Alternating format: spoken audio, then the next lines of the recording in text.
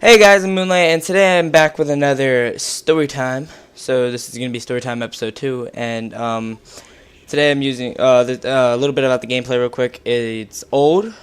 We do win, and I go 45 and 16, so I did better than last time. And I'm using the UMP45 hybrid sight with extended mags, I believe, or whatever I'm doing. UAV, Pred missile, and helicopter. I forget what that's called. Sad, I know. But enough about that. Today I'm gonna be reading you guys 2 more stories. So this is gonna be a 10-minute gameplay again. I think it is at least. It's something. It's around there. But 2 stories I'm reading today is the police say teardrop rapist has returned, and the second story I'm gonna be reading is dating game killer suspect pleads not guilty, which is 2 stories about the teardrop rapist or whatever is about a guy that basically rapes kids or whatever, and then like he has a different disguise on each time or something, and has a teardrop like right next to his eye, and he lives in Los Angeles, so watch out, people that live in Los Angeles. So first, let me just read the story.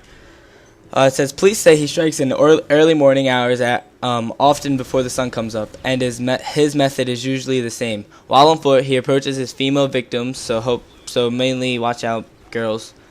Many of them minors, as they walk alone to school or wait at the bus stop, and he strikes up a casual conversation with them. Then he quickly brandishes a knife, which basically means take out a knife or gun, and forces his victims to a secluded area, or area where no one is there, and it's lonely and no one's there, where he sexually assaults them, and then like that he is gone. But he leaves behind his DNA, and for his victims, the memory of teardrop tattoo on his face. So every time, well, yeah, let me just keep reading. I'll talk about it later. Dubbed the teardrop rapist, the man is one of the Los Angeles most prolific criminals. Since 1996, police believe the same man assaulted girls and women 28 times through a broad swath of the city center. Then in 2005, he stopped. For 6 years, the case went cold until November. Then, according to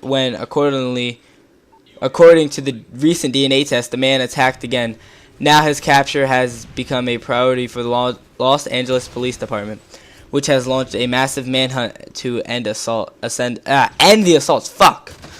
Police Deputy Chief Kirk Albanese, I don't know if I said that right, has this warning for all people that live in Los Angeles. For families that have teenage daughters walking, we have several occurrences where the victim has been as young as 14 and 15 years old. We are asking parents to ensure that their teenage daughter are accompanied, which means basically they want someone to take them to school or something. The latest attack occurred on 5:30 a.m. November 10th when a 15-year-old Latina was walking in a residential neighborhood. The suspect approached the victim by asking for directions, then pulled out a gun and forced her into a yard, where he sexually assaulted her at the time. It was initially investigated as another sexual assault case. Then a couple months later, the DNA results matched 10 other sexual assaults that police have linked to the same man, known as the teardrop rapist. So this guy rapes many girls around 14 to 15 years old, and yeah, hold on, let me go down here. To get the public attention, Los Angeles police are sending out community alerts with a description and composite sketches of the suspect, and the city has offered a $50,000 reward for information leading to an arrest. So basically, Los Angeles is basically wanting people to look for this guy and give them clues and stuff. Some featuristics is the suspect has been described as an Hispanic male, 40 to 50 years old, with brown eyes and brown hair. His height ranges between 5 feet 2 inches to 5 feet 7 inches, and his weight is believed to be 130 to 170 pounds. He has possible teardrop tattoos below one of his eyes, and has been seen wearing a dark hooded sweatshirt as well as a baseball cap or a dark colored beanie on his head. So this guy has, hold on, like right here, on the actual front page of it, it says 1, 2. It gives you 7 different little pictures of what this guy could be dressed like. Then one of them looks like he's like an Iraqi or something. I don't know, but he looks Hispanic mostly it looks Mexican to me. It's weird because like he has like in each of his different disguises, he looks like skinnier, fatter, shorter. I don't know. It just looks weird. And yeah, so that's the teardrop rapist. And check this article out. Link in the description. And now the dating game killer suspect pleads not guilty. How much time do I have? I'll have to hurry this one up. Actually, no, I got like 5 minutes left, whatever. Alright, so let's read this. The suspect in the dating game killer case has pleaded not guilty to murder charges in connection with the death of 2 women in New York in the 1970s. Rodney Alcala, 68, was arraigned. I don't know how to pronounce that word. Thursday, after being escorted by U.S. Marshals to New York from California, where he had been on death row since 2010 for killing 4 women and a 12-year-old girl there.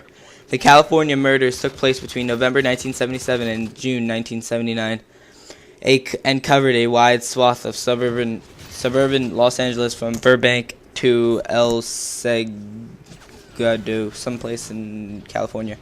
Last year, prosecutors in New York charged Alcala with murder in the death of Cornelia Crilly and Ellen Hover.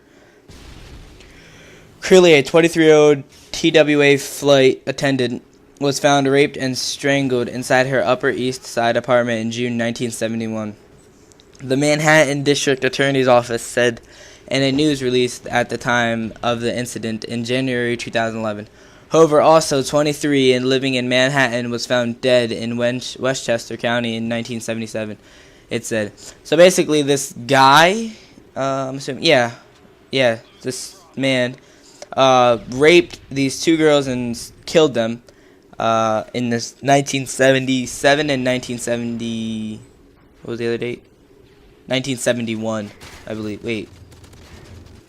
Yeah, in 1971 and 1977, he raped and killed those 2 girls in California, and he still lived there, and he was on death row in New York for doing the same thing, I think, or something like that.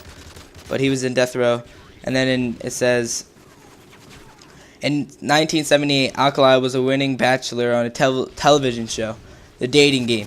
At the time, he had been convicted in 1968 rape of an 8-year-old girl and served a 34-month sentence, authorities said.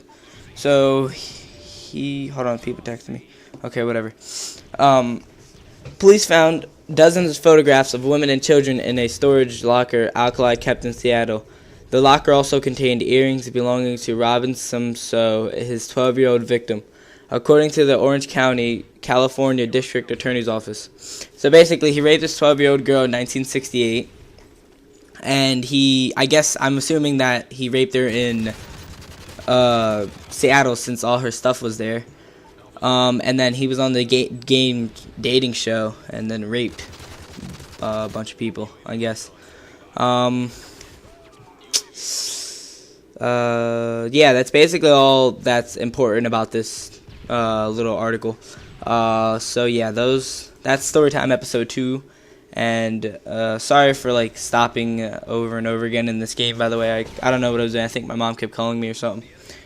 And hold on, let me read these text messages.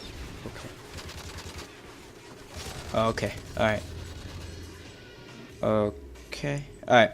So yeah, but this game pretty old, so I really only needed the 10 minutes like to talk about stuff and stuff. But a little bit about those articles. The teardrop killer rapist one. Obviously both those articles were about rape and sexual assault and stuff like that, so I don't recommend doing either of those if you are young or thinking about it, because it's not right. Yeah, but this game's about to come to an end in like few minutes. I get raped right there. This is actually an old gameplay too, guys.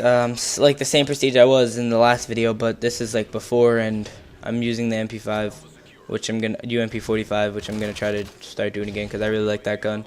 I do recommend this class. I'm using like, I don't know, probably extreme. I'm using extreme conditioning, assassin, and ninja, and that's the game for you guys right there. That's the game for you guys right there. Yeah, and final score was 45-16, and I hope you guys enjoyed this episode 2 of story time, and I'll see you guys later. Bye.